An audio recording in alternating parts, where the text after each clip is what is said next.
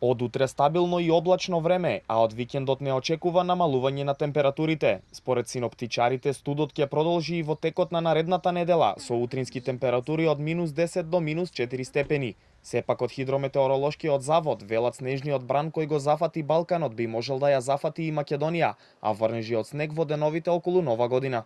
Во деновите од викендот ќе биде и доста ветровито, ќе дува засилен до повремено силен северен ветер кој локално ќе надминува над 60 км на час.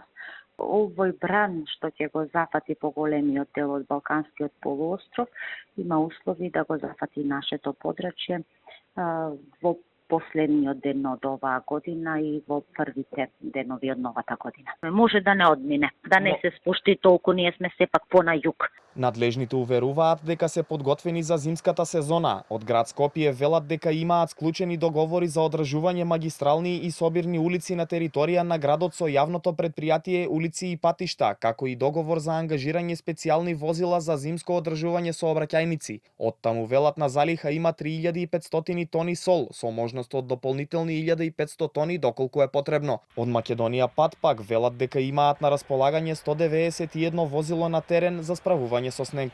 Во сите 39 што ги имаме зимски пунктови низ цела Македонија, возилата се поставени и чекаме, значи, ако имаме некои снежни врнежи или интервенции, да можеме да интервенираме. Можам да ви кажам дека вкупниот број на возила, значи специјални возила за чистење на снег се околу 191 возило точно, од кои што, значи, наши возила се 68, а 123 имаме од надвршни работници. Од Македонија додаваат дека имаат склучени договори за соработка со јавното предпријатие за државни патишта, но во случај на потреба се вклучуваат и Дирекцијата за заштита и спасување и Центарот за управување со кризи.